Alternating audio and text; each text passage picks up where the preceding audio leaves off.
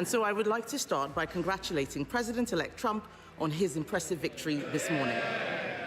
The Prime Minister and the Foreign Secretary met him in September. Kemi Badenoch, the opposition leader, was not shy of tearing into the government when Trump's victory left them scrambling. With Foreign Minister and Prime Minister allegedly making derogatory remarks about Trump, she had them cornered, and she made sure everyone knew it. Did the Foreign Secretary take that opportunity to apologize for making derogatory and scatological references, including, and I quote, "Trump is not only a woman-hating, neo-Nazi sympathizing sociopath, he is also a profound threat to the international order." And if he did not apologize, will the Prime Minister do so now on his behalf? After President-elect Trump's historic win in the recent American elections, you could see it all over the Foreign Minister's face. He knew his government was about to jump straight into hot water. But there will be issues that do unite this House on national security and Ukraine, and I do look forward to working closely with her on that, and I will provide her with the information that she needs to discharge her duties. That's the right thing for the country, and it's far more important than party politics. And the Foreign Secretary and I did meet President-elect Trump just a few weeks ago for dinner for about a couple of hours, and we discussed a number of issues of global significance. It was a very constructive exercise. The Prime Minister stepped in to defend his minister, admitting to meeting Trump, but the opposition leader seized on it, tearing the government's narrative to shreds. Mr. Speaker, the Prime Minister did not distance himself from the remarks made by the Foreign Secretary, and I'm very sure that President Trump will soon be calling to thank him for sending all of those North London Labour activists to campaign for his opponent. Given that most of his cabinet signed a motion to ban President Trump from addressing Parliament. She saw through the Prime Minister's diversion, skillfully dragging the spotlight back to the topic. The tension soared, and the Prime Minister's unease was impossible to miss.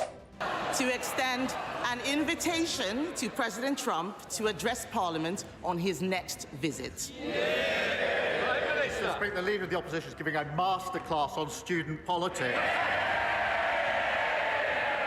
But seriously, Mr. Speaker, we live in probably a more volatile world than we've lived in for many decades. It is absolutely crucial that we have a strong relationship, that strong special relationship forged in difficult circumstances between the US and the UK. Before the explanation could even finish, she delivered a masterstroke, challenging the Prime Minister to invite Trump. His forced chuckles couldn't hide the frustration, knowing full well he was in hot water, and she wasn't about to let up.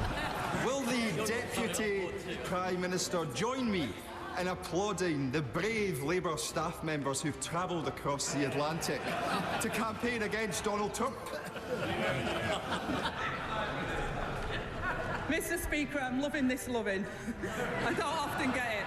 What I say to the honourable gentleman is that people in their own time often go and campaign, and that's what we've seen. It happens in all political parties. The Prime Minister shot himself in the foot by backing Kamala Harris against Trump, even sending Labour staff to campaign for her. What's emerged is that Donald Trump's team has filed a complaint in the US accusing the Labour Party of interference in the US election campaign. That's because a number of volunteers, Labour Party activists, have gone over to volunteer for the Kamala Harris campaign. But it quickly backfired when Trump's team served him a legal notice. And a couple of weeks later, we now have Trump in the office. Mr. Speaker, he does not answer the questions, just read the lines the officials have prepared for him. It doesn't sound like he wants to invite President-elect Trump to Parliament. He needs to look after the special relationship. The US is our single biggest trade partner. Given the risk of increased tariffs on UK exports, which threaten our manufacturing sector, will the Prime Minister commit now to continue the negotiations on our free trade agreement with the US, which the Biden administration cancelled when they came into office? The Prime Minister realized his diplomatic blunder, but Kemi Badenoch wasn't letting it slide. She quickly hammered home the consequences his actions could have on the country. Mr. Speaker, of course we will discuss issues of our economy with the President-elect, as we already have done. Economy, security and global conflict are issues of real significance that ought to unite this House. But when it comes to the economy, what we've done with our budget is to fix the foundations after 14 years. Return to economic stability of the £23 million black hole. We've protected the pay slips of working people. Starmer had no answers to the barrage of questions. As Badenoch pressed hard on the trade impacts, he began to fumble. Mr. Speaker, discuss, chat. He has no plans whatsoever. No plans whatsoever for building on the special relationship. He needs to realize that we in this country rely on our single biggest trade partner. President Trump is also right to argue that Europe needs to increase its defense spending. The last Conservative government committed to raising defense spending to 2.5% by 2030. Will the Prime Minister finally match this commitment? Spotting Starmer's lack of prep, Badenoch fired off more biting questions. The tension shot up, with the House roaring from both sides. Starmer was running out of options. We have a strategic defence review. We are committed to 2.5%. Well, I would remind the last time 2.5 was met was under the last Labour government.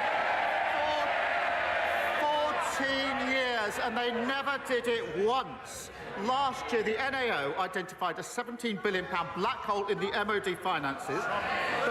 The former Defence Secretary said the previous government hollowed out the armed forces, and the plan they put forward at the election was pure fantasy. To deflect from his Trump remarks, Starmer lashed out, accusing Conservatives of failing and praising Labour for caring more about the people. But the Trump question still loomed large. Mr. Speaker, he will not make that commitment. That is very clear. All that he is doing,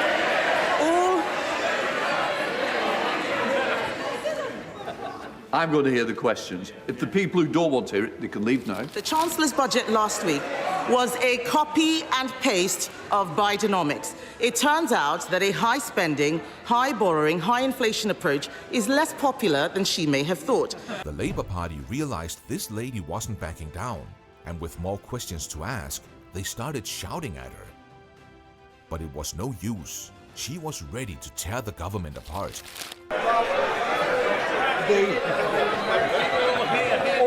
Hold on. I will hear the question. Thank you. But within a couple of days, we'd learned of a third assassination attempt. Charges have been laid, and behind it are Iran's Revolutionary Guards. Has the time not come, Prime Minister, to prescribe what is so obviously a terrorist organisation? Badenoch wasn't the only one raising concerns over racial comments. Nigel Farage echoed them, only for Starmer to mock him in response. Starmer's pro-Kamala stance and clear dislike for Trump are no secret. But with Trump back in office, how will he manage relations with the UK's leading trade partner? Let us know in the comments.